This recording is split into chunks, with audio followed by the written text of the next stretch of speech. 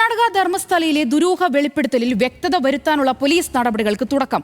മൃതദേഹങ്ങൾ കുഴിച്ചിട്ടെന്ന് മുൻ ശുചീകരണ തൊഴിലാളി പറഞ്ഞ സ്ഥലങ്ങൾ പ്രത്യേക അന്വേഷണ സംഘം മാർക്ക് ചെയ്തു. 13 ഇടങ്ങളാണ് അന്വേഷണ സംഘം അടയാളപ്പെടുത്തിയത്. സംസ്ഥാന പാതയ്ക്ക് 50 മീറ്റർ അടുത്ത് പോലും മൃതദേഹങ്ങൾ കുഴിച്ചിട്ടതായാണ് പോലീസിന് ലഭിച്ചിരിക്കുന്ന മൊഴി.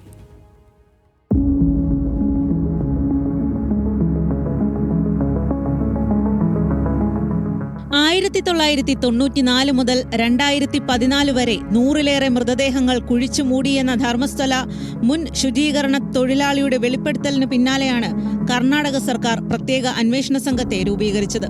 വെളിപ്പെടുത്തൽ നടത്തി ദിവസങ്ങൾ കഴിഞ്ഞുപോയി. വൈകിയാണെങ്കിലും പ്രത്യേക സംഘം അന്വേഷണ നടപടികളുമായി മുന്നോട്ടു പോകുകയാണ്.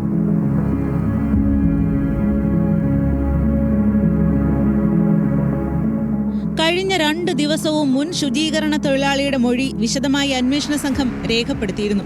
മൊഴി പൂർണ്ണമായും വീഡിയോ റെക്കോർഡ് ചെയ്യുകയും ചെയ്തു.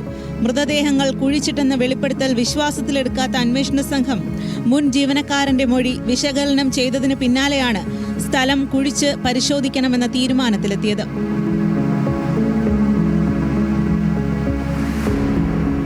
ധർമ്മസ്ഥല ക്ഷേത്രത്തിന് സമീപത്തെ അരുവിയോട് ചേർന്നുള്ള ഭാഗത്താണ് മൃതദേഹങ്ങൾ കുഴിച്ചിട്ടതെന്ന് മൊഴിയിൽ പറയുന്നു.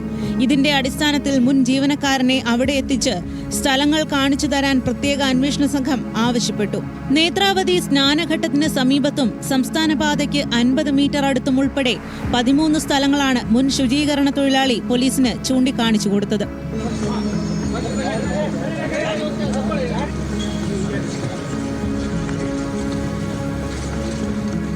വർഷങ്ങളേറെ കഴിഞ്ഞതിൽ ചില സ്ഥലങ്ങൾ തിരിച്ചറിയാനാകുന്നില്ലെന്നും ജീവനക്കാരൻ പോലീസ് ഉദ്യോഗസ്ഥരോട് പറഞ്ഞു.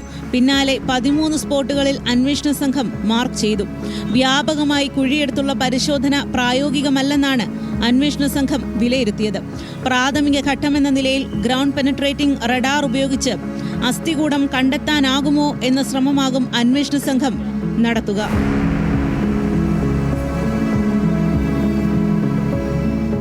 DIGയുടെ നേതൃത്വത്തിൽ അവലോകന യോഗം ചേരാനും തുടർ നടപടികൾ സ്വീകരിക്കാനുമാണ് തീരുമാനം. ആഭ്യന്തര വകുപ്പും കോടതിയും ഇടപെട്ടതിനാൽ കൃത്യമായ ആലോചനകൾക്ക് ശേഷമേ അന്വേഷണം അടുത്ത ഘട്ടത്തിലേക്ക് കടക്കൂ. 6 വയസ്സ് മുതൽ 16 വയസ്സ് വരെയുള്ള പെൺകുട്ടികളുടേതുൾപ്പെടെ 100-ലേറെ പേരുടെ മൃതദേഹങ്ങൾ മാനേജറുടെ നിർദ്ദേശപ്രകാരം കുഴിച്ചുമൂടി എന്നായിരുന്നു ജീവനക്കാരന്റെ മൊഴി.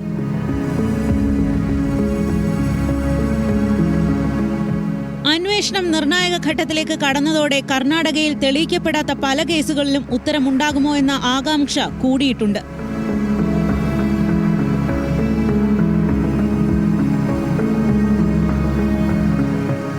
ന്യൂസ് മലയാളം, മംഗലാപുരം.